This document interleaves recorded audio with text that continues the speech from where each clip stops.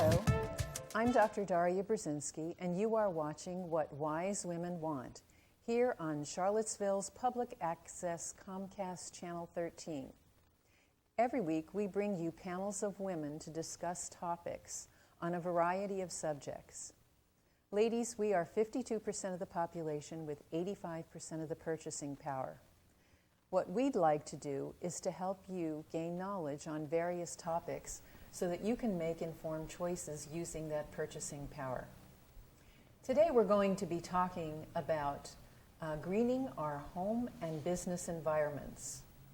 We have a wonderful panel of women today from a variety of different organizations. To my right, we have Kate Rooth, who is the campaign director for Appalachian Voices. To her right is Angela Navarro, who's the staff attorney for the Southern Environmental Law Center. To her right is Laura Fiori, who's the residential energy manager for the Local Energy Alliance program, or LEAP. And to her right is Terri Kent, who's founder and program manager for Better World Betty. So ladies, what I thought we would do first is most people haven't heard about your organizations and really don't know what they are. They may have heard of them, but they really don't know what they are. So let's take a moment and tell people exactly what your organization does. Kate, would you like to start? Sure, and let me start by thanking you for having all of us on the program today. I work for a group called Appalachian Voices, as you mentioned. We were founded in 1997. And our main purpose is to fight the greatest threats facing the central and southern Appalachian region. So we work to promote clean air, clean water, and a healthy environment here in our mountainous Appalachian region. Predominantly, we have been fighting for over a decade a practice of coal mining known as mountaintop removal. And that's an area where I have worked within the organization for a number of years. Excellent. Angela, tell us about the Southern Environmental Law Center. Yes, and I echo Kate's statement. Thank you for having us on the show today. SELC, the Southern Environmental Law Center, is a regional nonprofit that uses the power of the law to protect the air we breathe, the water we drink, and the special places we care about in the Southeast. Our region covers Virginia, North Carolina, South Carolina, Georgia, Alabama, and Tennessee. And we were founded in 1986 and have grown to a team of over 60 legal and policy analysts and experts. And we have offices in all 6 states in which we are involved in various environmental issues. Excellent. And would you mind telling us, Laura, about LEAP? Sure. We're the Local Energy Alliance program, and our mission is to help homeowners and businesses reduce their energy efficiency. And as it turns out, changes that you can make to your building, whether it's a home or a business building, in addition to saving energy, can also make the building more comfortable and also improve indoor air quality. Excellent. And Terri, tell us about Better World Betty. Well, Better World Betty is the local organization, nonprofit, that I helped found here in Charlottesville. And our mission is to really give people the tools and the education they need at the local level so that they can begin taking action to reduce their environmental footprint, whether that's at home, at school, at their place of work. Okay, so there are a lot of misconceptions and misinformation about all this sustainability and environmental issues. And I happen in my practice to see a lot of children who suffer from environmental kinds of illnesses in one form or another. So let's start with the home, okay? And what is it in our home? How is it? From days gone by, we're now infiltrated with electricity. We have wireless, we have light bulbs, we have refrigerators, we have, gas stoves, we have microwaves. How does all of this, is there an effect on our bodies, and is there, what happens to us in terms of all of this? Anybody want to start? I can speak to that. It's been widely publicized that indoor air quality is one of the top 5 public health concerns, and so it's very appropriate that all of us are looking closely at our homes and really trying to understand all the different factors that can affect that. Moisture, and I'm sure we could go around the table and talk about all the different ways that indoor air quality can be degraded. Well, let's start with that. Okay, so how does indoor air become degraded? Well, I'll go ahead and interject that it's really the home is like our ecosystem, right? We're taking things in and we're sending things out. So if we think of it that way, every product that we bring into the home, whether it's furniture that has glues or whether it's the paint that's not low VOC, there's so many things. So you can really go throughout your day and just kind of look, what are you bringing into the home? That's actually how I started my organization, kind of as a local nap time activist, mom. Like, what are we bringing in? I have 2 kids, 2 boys of my own, and what are we bringing into the home? What are we taking out? Like, how can we reduce? What are the alternatives? Well, when I think about the list of things that are potentials, let's just start with the glues or the paints. So let's talk about furniture or those kinds of things. Anybody have any comments about that kind of thing? Well, it's really important to be like you said, we're the consumers. So to be really aware of where we're buying the product, who we're buying it from, knowing the company, knowing the sources, being really an educated consumer. And so really, I don't pretend to be an expert on all these things, but what I do is do the research and figure out which organizations, which nonprofits are really on it. For example, I know this is not furniture, but Seafood Watch. I know that they have very stringent regulations. This is what they do. They look at the fish populations. They look at how the fish are procured. So when I talk to people, I say, use the Seafood Watch. There's an app now, and there's like a consumer guide, which you can do. What are the ones to avoid? What are the ones that I should buy? So that's just one example of something that you could do. But the labels are important. Knowing who the company is, asking lots of questions, and really thinking about the end use. It's recycling, reduce, reuse, right. But it's the rethinking. Right. Is the 4th R, I guess. So you ladies, let's go with something that's more attributable to what you might be doing.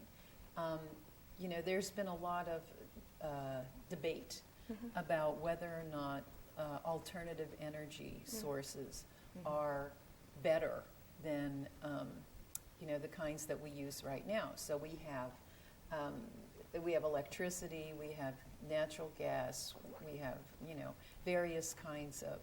Then when people talk about solar, you think about it, you need electricity to do solar, which means electricity comes from coal. So give us a little bit of a background of, what kind of energy sources are really clean? Yeah, I can speak to that a little bit, and I'm sure Kate can certainly chime in. This is the area that I focus on most extensively at SCLC. My area of practice is in energy and air work. And so I'll say a couple of things about that. First, you started this discussion by talking about children and homes and what we can do to better our home environments for our children. Well, I think that there is no more pressing issue for our children than the issue of climate change. And there's no area that's more relevant than when you're talking about energy and how our energy is produced. So coal-fired generation is the #1 source of climate change in the Southeast. And we consume a tremendous amount of coal even here in Virginia through our utilities, through the generation sources that they provide. So there are opportunities for individuals to think about their purchasing power, so their utility that they purchase from, whether it's Dominion of Virginia Power or any other utility company, where they're generating their electricity, and if it's from more sustainable sources or if it's from sources that we know pollute the air that we breathe and the water that we drink and release a lot of toxic chemicals that impact our children, that impact vulnerable populations, that contribute to climate change. So on the flip side, there are clean and renewable options. The first, and this is certainly something that Laura can speak to, is energy efficiency, which is just conservation. It's certainly cheaper and easier to not consume a watt of energy than it is to produce that watt of energy. And I've heard some folks talk about the Southeast as the Saudi Arabia of energy efficiency. There is a tremendous potential for us to be more efficient. And it's a good thing for consumers because it makes your home environments more comfortable, your electricity bills are cheaper. So there are a lot of ancillary benefits to energy efficiency. And when you're talking about solar resources, so we now see an influx of distributed solar, which is basically rooftop panels on homes and businesses. And this influx over the last few years that we've seen, this rise in solar installations, is partly driven by the rapidly decreasing cost of installing solar on a home. And certainly it's an awareness of individuals who want to start to offset some of their carbon footprint. So I think there are some issues associated with solar in terms of when the sun's not shining, it's not going to necessarily power your homes. But I think it does a lot in terms of offsetting the need for additional generation from coal-fired power plants. And there are rapidly emerging technologies like battery backup, which we're seeing in other states, and Virginia is slow to adopt some of those things. But I think that there are opportunities for us to begin to embrace more renewable energy resources rather than rely predominantly on fossil fuels. Kate, will you explain to people how coal is used for electricity? Because I don't think people know that equation. Sure, absolutely. I mean, I think power is knowledge, and so for folks tuning in today, I really encourage them to check out the website ilovemountains.org, which we helped to create, which explains how we extract coal in order to turn the lights on in our homes. Unfortunately, there are a lot of really destructive ways that we extract our coal. We've been mining coal for over 100 years through traditional means, but since the mid-70s, more destructive practices have been employed using large-scale surface mining, what we refer to as mountaintop removal coal mining, where they actually completely deforest the land, and then they use explosives to blow up the entire top of that mountain, dumping all of that debris into adjacent streams, burying, polluting streams, all to then just use heavy machinery to access those seams of coal. This has a number of problems in addition to the obvious environmental destruction that it's causing. It removes the coal miner from the equation. You need far fewer jobs when you use this practice because they're using explosives and machinery to replace what human power used to do. And this is all for a very small amount of our electricity consumption. Over the last several years, we've been declining as a nation our reliance on coal for our electricity, and mountaintop removal accounts for less than 5% of our total electricity usage in this country. And so it's something that we could easily replace with energy efficiency, with better transportation options, before we even talk about replacing it with other types of energy sources. Well, having in the place where I was raised, coal mining, my grandfather died of black lung, so I'm very familiar with it, and some family members died from coal-related incidences. And then all of a sudden our water ran orange, and now in this decade, where now you could have lit my father's faucet and it would explode with fire because they're now fracking. I mean, we went from coal to fracking in this area. So, I understand completely. We don't think about the local residents or the, what we're doing to the environment when we turn on our, electricity. So tell us some ways to help in our homes. How can we, use electricity wisely? What are some, you don't want us all to go turn off all the lights all over the place, do you? And, we've got our cell phones plugged in, our computers plugged in, our television. How can we eliminate some of that waste? Well, at LEAP we have about an hour-long home visit where we can actually go to people's homes and really customize our recommendations, because homes are so different. I always laugh in the fall when we read those lists in the newspaper of the 10 ways to prepare your home for winter and the 10 things you can do. Each home is so different and each family is so different that I would just encourage everyone to consider having a home visit, because then you'll know exactly what it is for you. And there's behavioral changes that are very easy to make. Something as simple as, when it gets dark in the winter, walk around and close all your blinds. That's people don't think to do that. So those kinds of things are easy behavioral changes that make a difference for people. Really watch what you're setting your thermostat to. You know, if you're routinely away during the day, you know, have a programmable thermostat that drops back and comes up. And then we can also help people identify bigger changes that maybe that a professional would make to their home.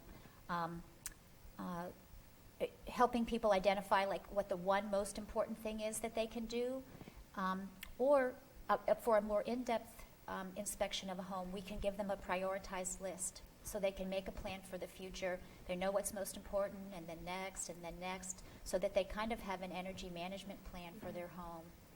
So it can be everything from your water heater to the age of your refrigerator and freezer and washing machine and dryer and things of that nature, so we all don't have to go outside and hang our clothes out. However, I do, but anyway, it was a little difficult when they were cotton diapers, but we won't go there. When we talk about, so electricity is only one aspect of, you know, this really complicated issue of keeping our environments healthy. And I wondered if any of you had any, so let's talk about lighting, for example. We've heard about LED lighting and fluorescent lighting, and tell us a little bit about lights. Well, you know, lighting accounts for almost 40% of an electricity bill in terms of a business. So that's oftentimes when we're talking about how a business can save on their bottom line, is to look at lighting. Definitely HVAC and heating and cooling is next. But also outdoor lighting. Like, how many times do you see that lighting is used as a security, when really it could be on a motion sensor, on a solar sensors now they have where it can sense the light. So there's just some common sense things, and lighting is a good one in terms of businesses. Definitely LEDs is the way to go.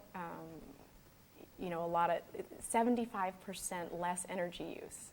75%.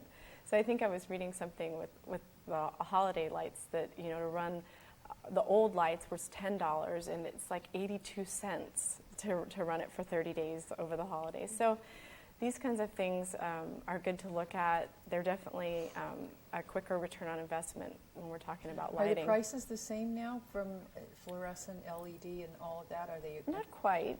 Are LEDs still more expensive? They're still more, but they have come down a lot recently, and they're starting to be more sales and rebates, so that they're easier to find at a lower price. And they don't have the trace amount of mercury, so that they're easier to dispose of. Which have mercury? So the compact fluorescent bulbs have a trace amount. Now some people kind of use that and they don't put it in because of that. I still think it's worth the energy savings. You can help me if I'm wrong on this, but in terms of how much mercury is used to, for instance, the old incandescents or the manufacturing of that incandescent, it's more in the manufacturing, even though it's not in the bulb. So that's where, you know, we were talking about conscious consuming. What I encourage people to do if they have concerns about mercury is to only put the compact fluorescent bulbs in the fixtures that are ceiling mounted, not in a table lamp that might fall over and break. But we're typically very careful with our bulbs. You know, we can get them home from the store, we can put them in fixtures that aren't knocked over, and then it's just a question of recycling them at the end of their lives. So they can be used very safely. And some people say, well, I don't like to throw away my old, I'm switching them out as I go. And what I tell people is that's like flushing the toilet when you haven't gone to the bathroom, like you're wasting money. So I do think it's worth the switch out, especially in those parts of your home or your business that the light's always on, or people are forgetting to turn it off in the bathroom. Well, I think one of the things that you've brought up is the fact that we really don't think about the process of both, you know, creating the electricity, the light bulbs, and all of that. We don't think about how that, you know, we're constantly thinking of the present moment, the current use, and not, you know, the processes that go through. I mean, even if we're talking about, I can talk to children and ask them where meat came from, and they have absolutely no Right. idea. So, or plants or things like that. So I think something has happened in this country where we've lost that continuity between understanding the processes of the way things happen. So, you know, and I know you're not physicians, but how does we're on the electrical topic for right now. So how does electricity affect our bodies, our eyes, you know, our being in any way, shape, or form that's different than, for example, when we read by candlelight, or, you know, we didn't have lights, you know, when it got dark. Is the body affected in any way? Does anybody have any idea about that? I don't have any, direct medical knowledge or seen any journal papers on it. I know that there's anecdotal information that I hear about electromagnetic frequencies and how we're having more of these, wireless. So maybe the research hasn't yet surfaced, but something worth considering. Yeah, I haven't seen much research on issues associated with electromagnetic frequencies or just turning on the lights in your home, if that's has a negative health impact in and of itself. But I think what we've spoken to is the process that supports the ability for you to turn on the lights. So you talked about the fact that we've kind of moved away from an accounting of where these things come from and the destructive habits that go into processes, food processes, electricity processes, those types of things. And a lot of that is just an inaccurate accounting of these detrimental impacts or external impacts. So when we pay our electricity bills, that doesn't necessarily account for the coal that we're burning that produces mercury that's in the fish that women eat, that then pollutes their bodies and has other serious deleterious effects on them. The same thing with asthma rates and those types of things. So I think that there are a lot of public health concerns that are associated with electricity production that are not currently accounted for in our electricity bills or when we turn on the lights, and we're not necessarily thinking about that. And that's one of the pieces that I work on, is really evaluating and accounting for all of those issues that are associated with the ways that we produce our electricity right now, and accounting for the benefits of renewable energy and energy efficiency options that don't produce those same harmful impacts. Which is, really amazing. But I think we're so used to being programmed by what we see on television, the marketing campaigns, selling products, all those kinds of things, and our fast-paced society and everything else, that it's really a challenge for anyone to try and figure out all these variables that contribute to. And if you have children, I mean, looking at the chemicals you buy, the cleaning products that you purchase, the wireless in your home, is the water clean? What does clean mean? These are all important factors, and it's a challenge when you're day to day, being with your family alone and not just, trying to figure out all these things. Is there a simple, are there simple solutions to some of this? I mean, is there a way of being able to look at this that's a little bit simpler, or do we have to keep, really investigating everything and rely on all of you? Well, unfortunately, I mean, as you said, it is complicated, and the labels don't make it easy.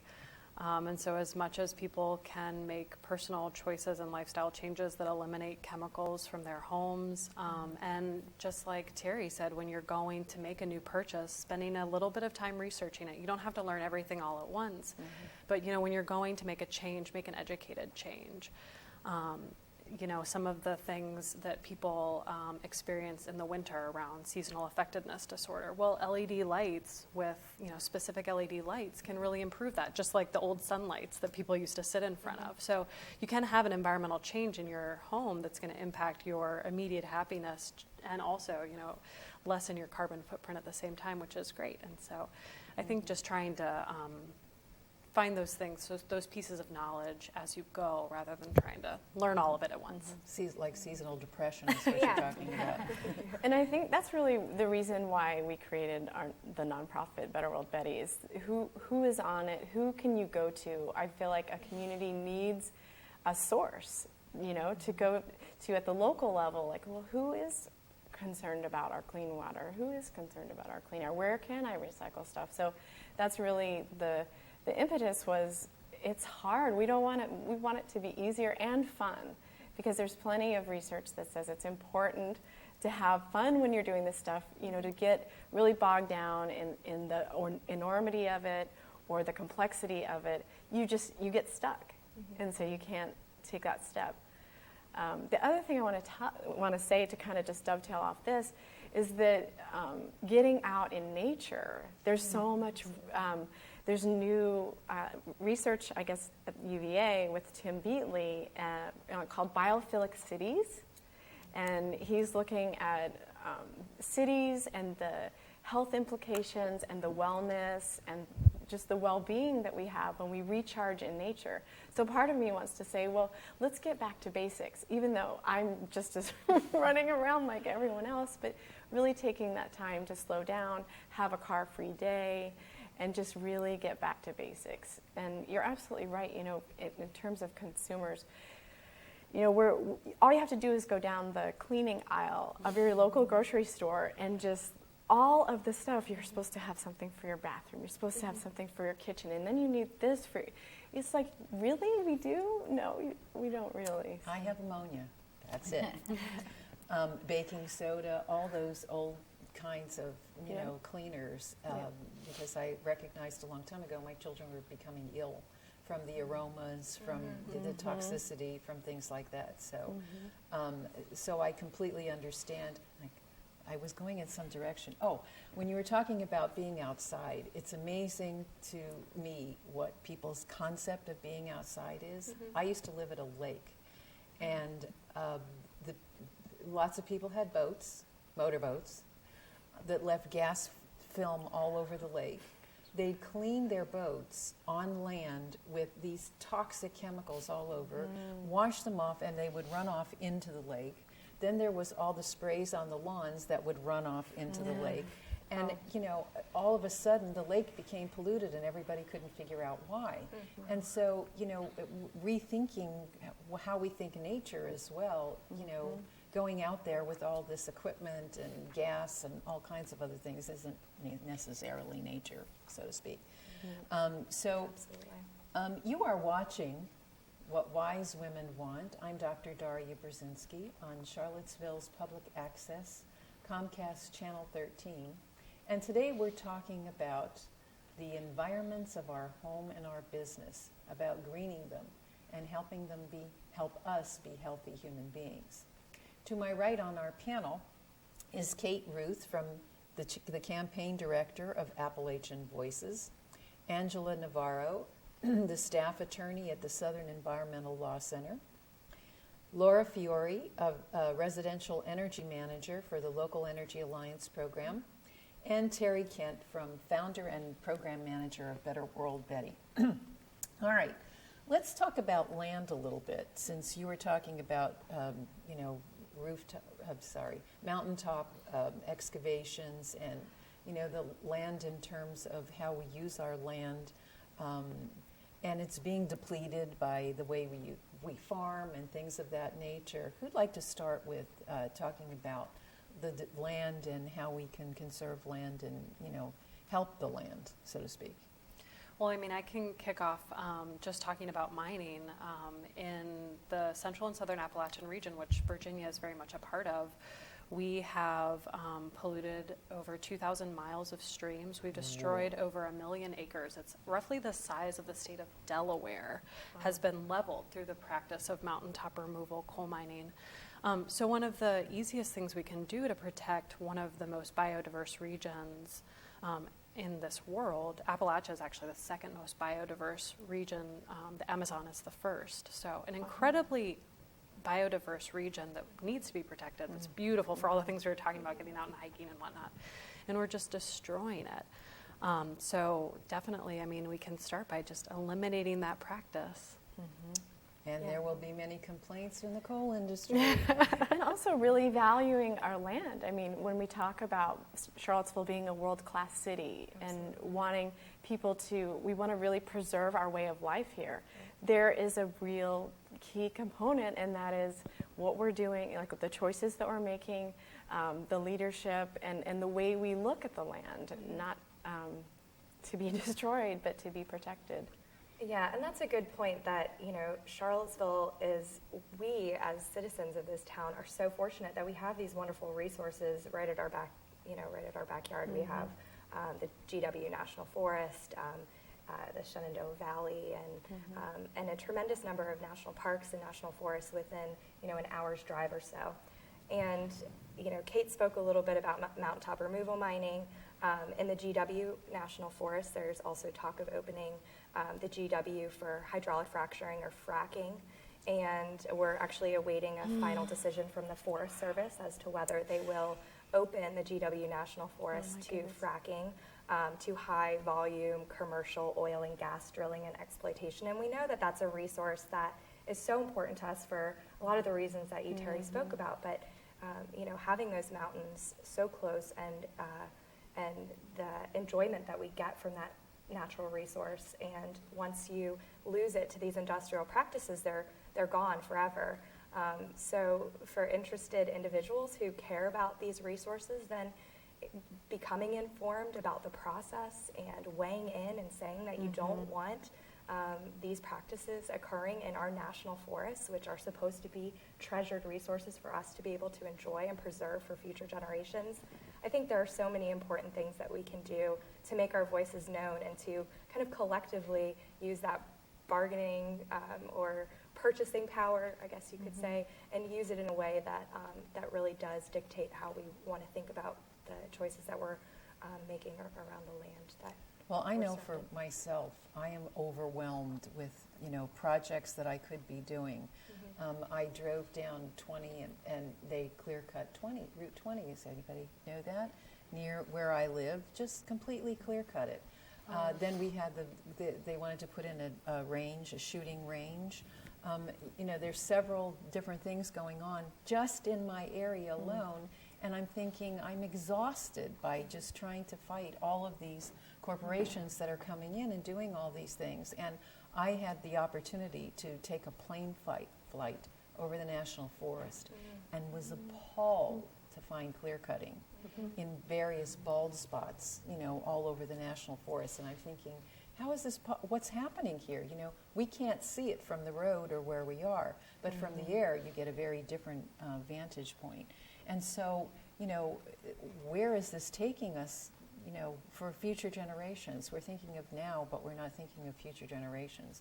And that's what, can anybody speak to the land in terms of farming, or using the kinds of things that we use on our lawns to stop the dandelions and spray our trees and all those kinds of things? Can anybody speak to that aspect?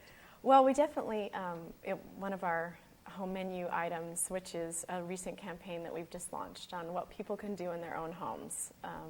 And again, we have all of these choices. We're overwhelmed, like where can we start? So this is a tangible way, and you can check it out on betterworldbetty.org. But it's a home menu, and it has action items that everybody can take in their home. And one of them is plant, what you plant and what you use on your lawns. And this is a big problem if people have this idea that like more is better. So it's like, let's pour the pesticides on, when really that has long-term ramifications and ramifications for our water system. So, there are things that we Talk a little bit about that. Well, how does pesticide get into the water? So into your groundwater, and the water connects us all. This is what, I love talking about water quality, and it's really appalling to know that did Rivanna Conservation Society tell me that 70% of our waterways here in our own city do not meet clean water standards? Yeah. This is crazy. And the way it happens is pesticide use, improper disposal of medical waste, even dog waste. So, it's about cleaning up in our own backyard, and it starts with just right where we are, and cleaning it by putting in drought-resistant or native plants and that kind of thing, building your own green space so that animals and, you can create a salsa garden and you can start feeding yourself. So Well, I it's important. personally have an edible landscape. Nice. It's created so that everything is edible, and you know, the fact that people spray for dandelions and, you know, various other kinds of what really are herbs growing in your yard. You know, I challenge people to take classes and find out what it is that's exactly growing in your yard, because you can there are so many medicinal uses for a lot of things that are growing, instead of killing them and seeing them as weeds.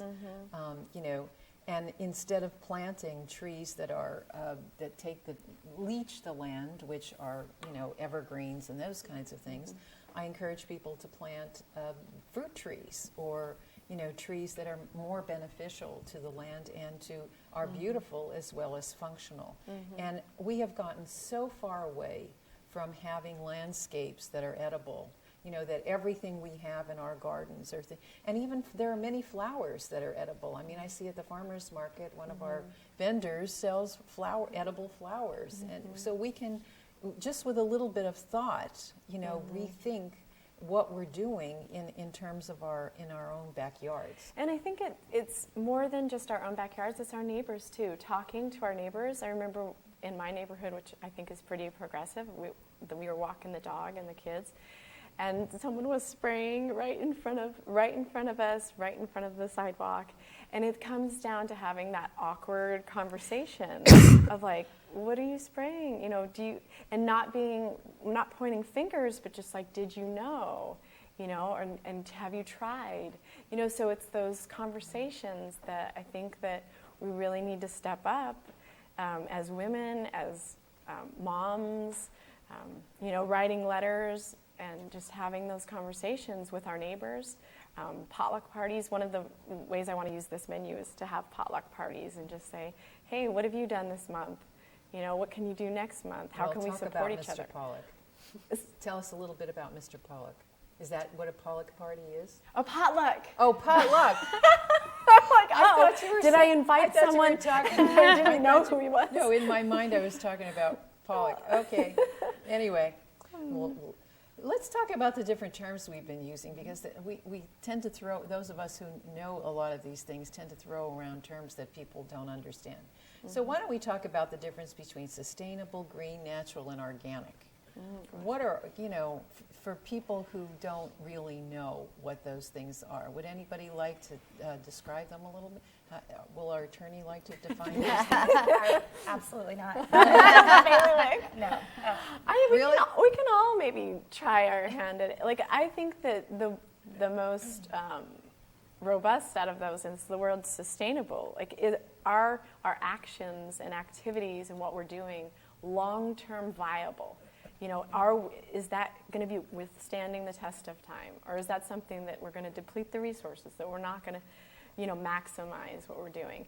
Green is a little, you know, you got to be wary of green, right? And natural, even natural. And then someone was telling me that organic, and this was news to me, that the organic label, it has to be a 70%, but not all, and all the research about that farm necessarily doesn't have to be in before they get the label. You know, and then there's the labeling. We could talk a whole show about that. I was going to say the politics and labeling I've investigated myself, and I'm just appalled at how we get to the labels that we get to, and who creates those definitions are the very people who we are trying to, I don't want to say fight against, but you know, we're debating in terms of. I think it would be important for viewers to know, we talked earlier about furniture. The FSC is the Forest Stewardship Council, and they are definitely much more robust than, there's another label out there, the Sustainable Forestry Initiative. So recently I found out about the controversy kind of behind the scenes of that, where one is more industry-led and the other is more independent nonprofit that don't rely on just kind of the under. I didn't want to say that directly, but that is exactly what I was alluding to. The fact that, you know, many of the statistics that come out, many of the things that are talked about, you know, when they give us data and things like that and tell us what's good and what's not good, you know, how many people have the opportunity to go to the underlying who is creating this research, who is talking about this, who's funding it, you know, who's the panel behind it, what do they represent? And that's the problem, you know, that's what makes everything so complicated, because, you know, these corporations have obviously ulterior motives for the kinds of things they're telling us. And so, I mean, I can remember when DDT and all these other things were promoted as these wonderful products, and all of a sudden, you know, down the line, and, you know, spraying our gardens, and, you know, these are, and even the things that we use to clean our homes, all of a sudden now all of these studies are coming out talking about the fact, well, you know, hand sanitizers really don't clean your hands as well as washing them with soap and water. And so, you know, it's unfortunate that we're putting products on the market, we're promoting them and marketing them. Everybody goes out and does it because they think they're doing the right thing. And then 10, 15 years down the road, we're finding out, you know, it's not good for us, or it's not healthy. And I don't know what the answer is, you know, to help people. Do you have any solutions, you know, in terms of helping people to think before they act? Any? Well, I mean, one of the easiest, especially here in Charlottesville, we're so fortunate to have so much local business around food and other products that just starting local, invest in your local farmers. You can have a relationship with that farmer and go to the market every Saturday, and they can tell you about how they grow that produce that they're bringing to market. And you can have a lot more trust in knowing that person than a label or something you buy in the store. So I think first and foremost, keep things local. I wanted to say, speaking of labeling, that LEAP has a certificate that we can issue to homeowners when they make changes predicted to save 20% or more in their energy efficiency. It's a Department of Energy certificate called Home Performance with Energy Star. So it's part of the Energy Star program, national program. And the home performance part is, how is your home performing? Is it energy efficient? Is it comfortable? Do you have good indoor air quality? You know, all of those things turn out to be interrelated. And when homeowners make changes using the Department of Energy guidelines, you know, we can issue a certificate that lists all the things that they've done. So, you know, there's green building for a while was one of those big buzzwords, but there are some really good standards out there that can help homeowners know, you know, what to do and how to do it, and you know, get that, you know, detailed information. That's great. Some of the simpler things, you know, that I was thinking about are things like, how many times have people cleaned out their air conditioning ducts? You know, the heating and air conditioning ducts. And I mean, I spoke to a lot of friends. I talk to friends all the time about these kinds of things. And the first thing I say is, when was the last time you cleaned your heating and air ducts? And they say, never. You know, and I've lived in the house 20 years. So, and don't use filters. I mean, dust accumulates so much in the house, and people don't realize. Or, you know, the moisture that's in the walls. Whether it's because of the kinds of materials that were used to build your homes and things like that. I mean, there's so many different areas to look at in terms of how upkeep on your house, you know, worrying about those kinds of things. So are all these, you know, for example, the air purifiers and things of that nature, are they good kinds of things to have in a home? Or, I mean, are they a benefit? Or, you know, do they outweigh the electricity that you use to use them? Or, you know, does anybody know? What do you about think? it? Well, I don't know. I don't have any research on it, but I do know that some homeowners have told me that they make a big difference for them. Okay. And I think it's a matter of what you're sensitive to. So that's, you know, I think that it's worth investigating, but not a cure-all. And do you want to, I always, in terms of energy efficiency, maybe you can help me out. Like, do you want humid? Do you want it cool? Like, I think you and I talked about how during the shoulder season, like, I like to have the fresh air come in. Can you tell us, help us out on that? In terms of humidity, mold and dust mites can't grow below 50% humidity. So, like in your basements, you want to, most people need a dehumidifier in Virginia in their basement that's fully or partially underground. And 50% is the number that you want to shoot for keeping the humidity below. Okay. And it can be tricky because sometimes in the winter we want to add humidity, but in the summer we want to take it out. We're in a mixed humid climate, but the 50% number is important to remember. It is very humid here, and people have a lot of trouble. I mean, I know a lot of people, we get a lot of influx of foreigners here. I know I don't mean foreign countries, and they have a very difficult time with the humidity here, and they're constantly running one thing or another to try and balance that humidity out. Let me say one more thing then, because that's an interesting point. Air conditioners spend 75% of their energy cooling and 25% dehumidifying, whereas a dehumidifier spends 100% of its energy dehumidifying. So if you have a little problem, like the air conditioner may be able to manage it, but if you are really having a serious humidity problem, don't rely on your air conditioner. Definitely go for a dehumidifier. Okay, so are you talking about air conditioning units? Are you talking about whole house Whichever air? is appropriate for your home, whichever you No, have. but I'm saying, does the same with the effective? statistic? Is I guess it both would be- are effective? I think it's more towards central air conditioning than a window air conditioner. Okay, that's what I was asking. Okay, so we're kind of smattering through the air and the water and it's wonderful because people tend to section all these points out, but in fact they're all integrated and they're all interrelated to each other. So, what kinds of lawsuits do you see? In terms, no, I'm serious. What kinds of things do you see in terms of these environmental issues? Well, at SCLC, we represent client organizations, which are other nonprofit, usually 501c3 organizations. And we have a couple of primary practice areas. So, like I said, clean air and energy is the practice area that I work in. We also focus on transportation and land use issues. We do clean water issues, coast and wetlands issues, forest issues like the GW National Forest issue. So here in Charlottesville, the biggest issues, I guess, out of our Virginia office are around transitioning away from coal-fired generation into renewable resources and energy efficiency. And so my cases are kind of more boring utility commission wonky cases. They're not when you turn on Law and Order and you see someone standing in front of a judge talking about a murder trial, although they're certainly pretty high stakes. We're also focused on local issues, so the Western Bypass. That's a big issue that SCLC has taken the lead on for a number of years. The GW National Forest very heavily weighing in on the decision on whether to open it up for fracking and uranium mining in Southwest Virginia. That's another big focus of ours. And we have a new governor that's going to be sworn in January, so thinking about what that new administration could mean in terms of changes in policy and the statutes that we litigate our cases under.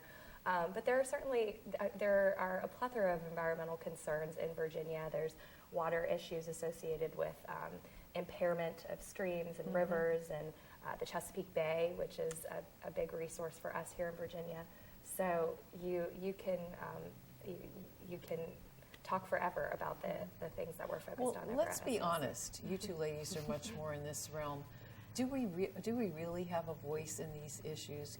We fight them. We fight City Hall, and these corporations have multi-millions to fight back, and end up I think of Lake Anna and how much we tried to fight that one, and how much we tried to fight the bypass, and these things still come to pass no matter how hard And I think people give up because they feel like they attempt to try and educate people and do better and do more, but the corporations end up having their way.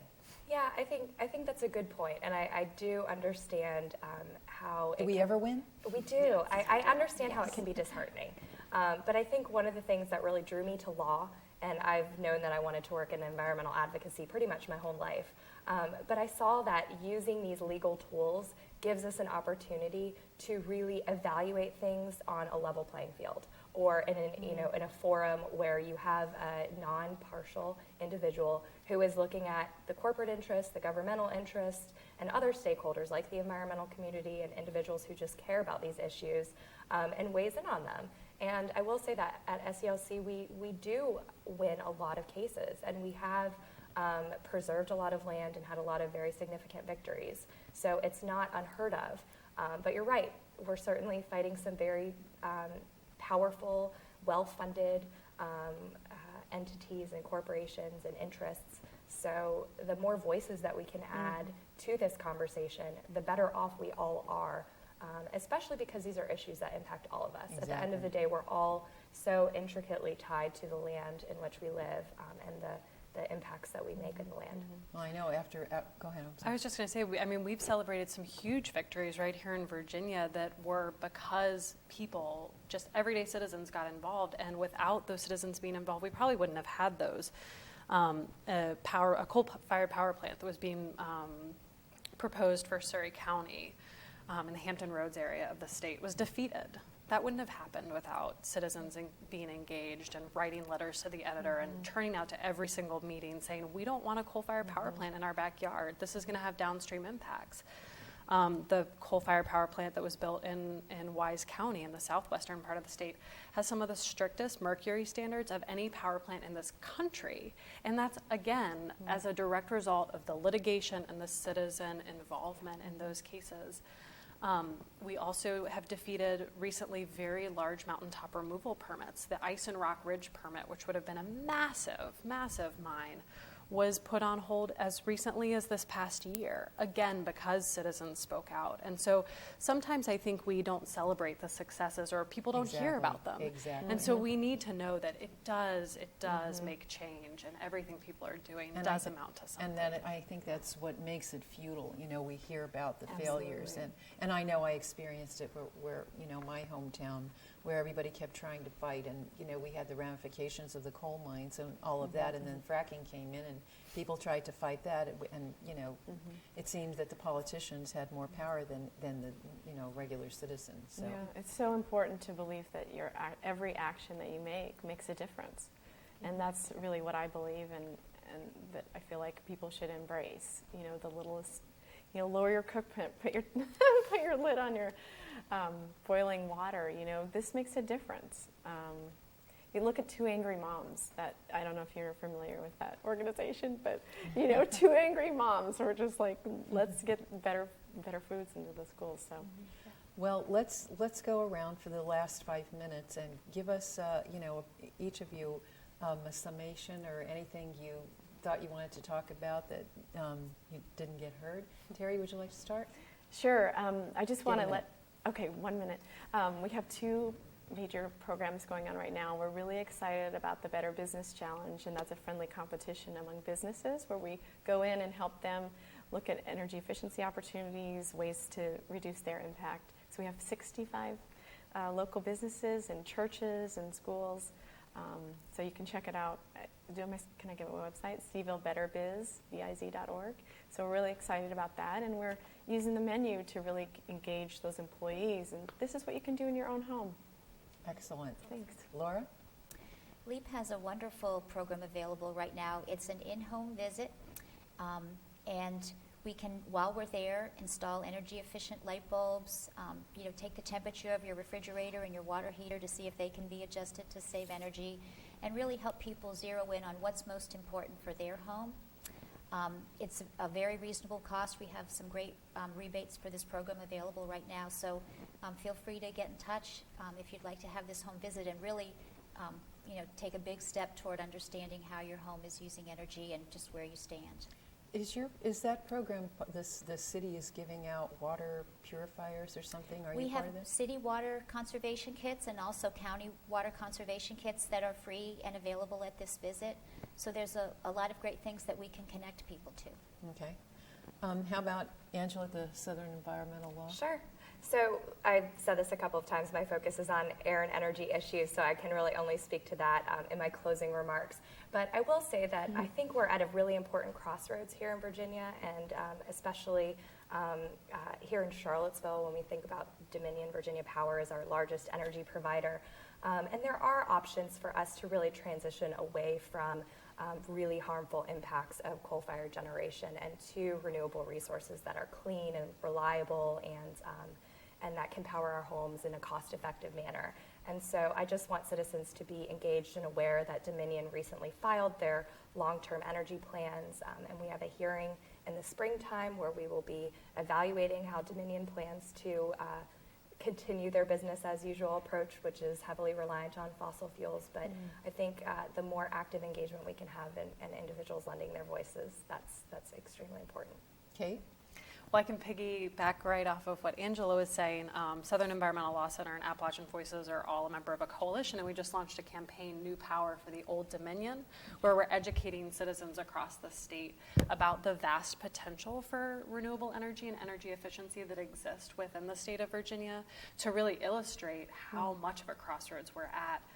We also commissioned a study, the Changing Course Report, which lays out a clean energy investment plan for Virginia, and it's a direct comparison to the long-range energy plan that Angela just mentioned, and it's cost comparative to the Dominion plan, and it's all technologically feasible. And so what we're promoting are cost-effective solutions that we can implement here in the state. And so for folks to just get involved in the campaign, talk about these issues in their community, you can visit our website, appalachianvoices.org, for more information about our efforts. So you have been watching, this is a panel of women, and we've been talking about greening our homes and our businesses. And our panel today has been Kate Rooth, the campaign director for Appalachian Voices, Angela Navarro, she's the staff attorney at the Southern Environmental Law Center, Laura Fiori, who's the residential energy manager at the Local Energy Alliance program, and Terri Kent, who is founder and program manager of Better World Betty. And if you'd like to have more information about any of these projects, any of the women who have been speaking today, you can go to our website and look up each individual woman at www.whatwisewomenwant.com, and wise is spelled with a Z. That's www.whatwisewomenwant.com, and you can go to the television program section where you'll find a list of the ladies, and then click on to each of their names, and it will send you to each of their pages where you can find out either more information or contact them and have contact information there. We want to thank you for joining us. This has been a fantastic, and we have just scratched the surface on environmental issues, and we were all over the place, but it's all interconnected in one form or another. So thank you for watching, and please join us again next week, and we'll have another wonderful topic and another group of wonderful women to talk about it. Thank you, and have a good evening.